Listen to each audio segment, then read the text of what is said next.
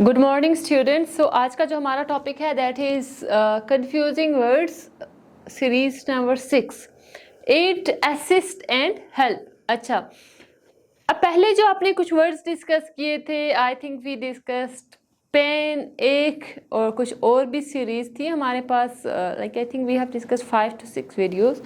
So there are 3 words, aid, assist and help. इन तीनों words में डिफरेंस क्या है? अब अगर आप इनको देखेंगे, so there is no difference between the meaning of this 3 words, लेकिन थोड़ा सा क्या होता है, कुछ साइड डिफरेंसेस हैं इनमें। जैसे हेल्प है, सो हेल्प जो है that is most common word and most informal word. Help जो वर्ड होगा वो कॉमन है और दूसरा ये है कि वो इनफॉर्मल वर्ड है। And the second thing is, if we talk about aid and assist, so these two words are formal words. ये दोनों क्या हैं?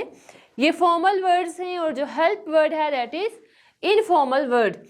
Aid is most commonly used as a noun, not a verb. Aid जो लफ्ज़ है ये use किया जाता है mostly as a noun और वो verb के तौर पे add यूज़ नहीं किया जाता। ओके, लाइक आपके पास है हियरिंग एड, इसका मतलब क्या है? Hearing aid mean a small electronic device that helps you to that helps people with hearing problems. जिनको सुनने का मसला होता है उसमें वो उनको लाइक हेल्प करता है। Second one is first aid. अब फर्स्ट एड क्या होता है? इनिशियल मेडिकल केयर जो आप जिसको कहते हैं। कोई भी आपको फर्स्ट एड किट भी एक होता है जिसका मतलब ये होता है कि लाइक इनिशियल मेडिकल केयर, जब सपोज कि आपको कोई भी छोटी बहुत इंजरी हो जाती है, जख्म, तो उस पे हम लोग जो आपके पास एक प्रॉपर किट होता है उसमें हर एक चीज़ होती है।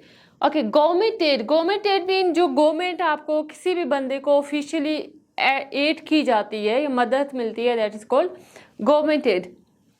Last word is humanitarian aid. अब एड इसका मतलब ये है कि लाइक आप इंसानियत के तौर पे आप किसी की हेल्प करते हैं। फॉर एग्जांपल फ्लड इफेक्टीज हैं, वी हैव अर्थक्वेक इफेक्टीज, उनकी आप क्या करते हैं? उनकी हेल्प करते हैं।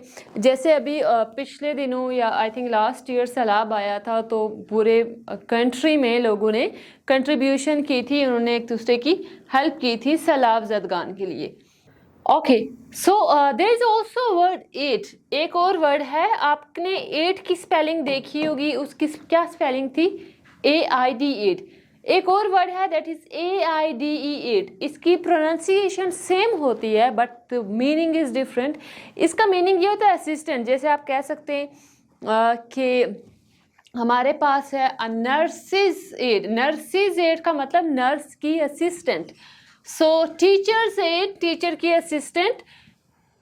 इस एड AIDE का मतलब ये होता है असिस्टेंट। जो दूसरा जो एड है AID, उसका मतलब है help.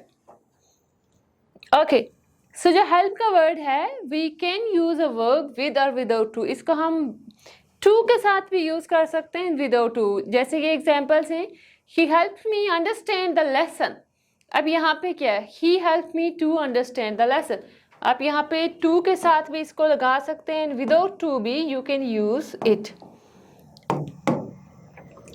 Okay, can you help us carry these books and can you help us to carry these books. आप अगर टू यहाँ पे लगाते हैं या नहीं लगाते, उसमें कोई मिस्टेक नहीं होगी।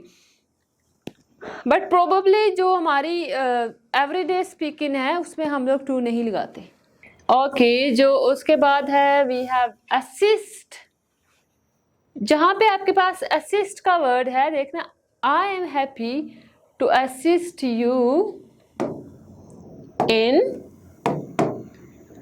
क्रिएटिंग।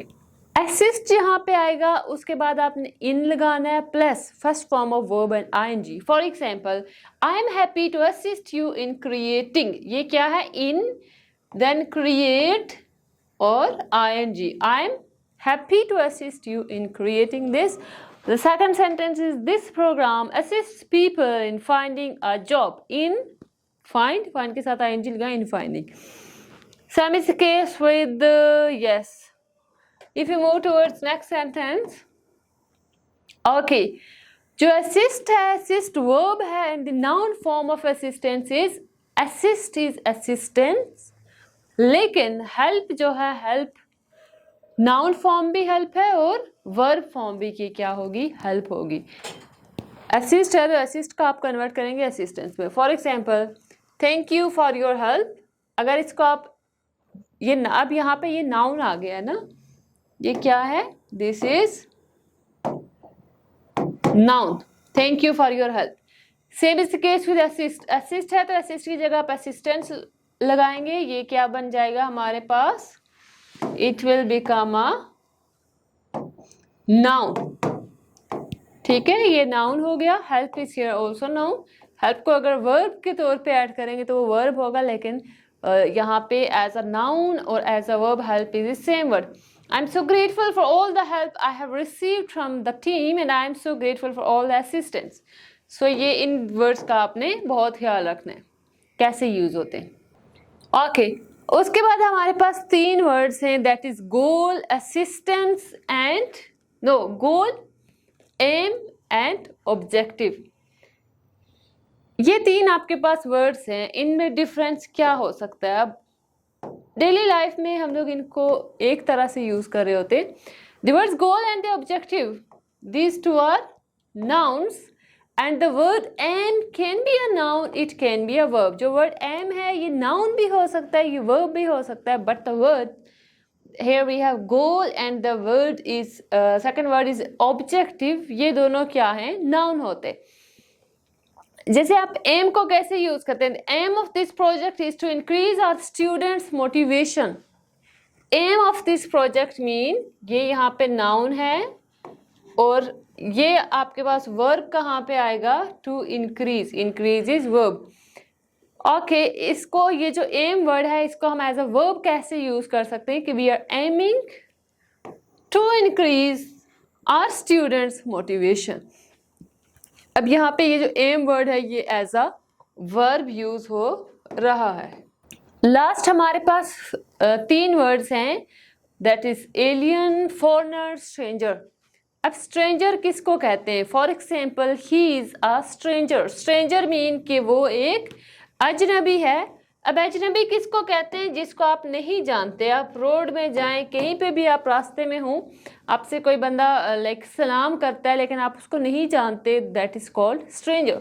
अब फॉरेनर किसको कहते हैं कि यस, अब स्ट्रेंजर की मैं आपको एक एग्जांपल देती हूँ। When I was child my mother taught me not to get into a car with a stranger. जब मैं बचपन में था या जब मैं बच्चा था तो मेरी माँ ने मुझे ये सिखाया कि कार में किसी स्ट्रेंजर या अजनबी के साथ ना जाओ।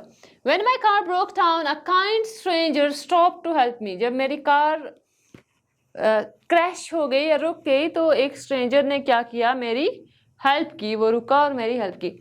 अब जो फॉरेनर है, फॉरेनर का वर्ड क्या है कि जो बंदा आपकी कंट्री से ना हो, यानी किसी दूसरे कंट्री से। अब इसमें आप ये नहीं कहना कि लाइक मोस्टली हम ये भी कहते हैं हमारे कंट्री से जो लोग दूसरे कंट्रीज में चले जाते हैं उनके लिए भी समटाइम हम फॉरेनर का वर्ड यूज करते हैं, that he is a foreigner. लेकिन एग्जैक्ट टर्म ये है कि उन लोगों के लिए यूज करें जो दूसरे कंट्री से हैं, नेटिव हैं दूसरे कंट्रीज के। ठीक है,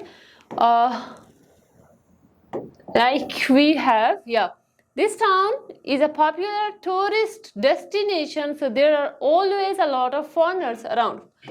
foreigners mean बाहर से लोग। अच्छा, अब एक चीज याद करना कि कंट्री का भी आप कह सकते हैं फॉरेनर, ये प्रोविंस टू प्रोविंस भी वेरी कर सकती है, सिटी टू सिटी भी, दूसरे किसी सिटी से उसको भी आप समटाइम फॉरेनर कह सकते हैं। And the second thing is, एक चीज मैंने आपको बतानी थी, दैट इज के एक वर्ड हम यूज करते हैं, दिस वन, यस।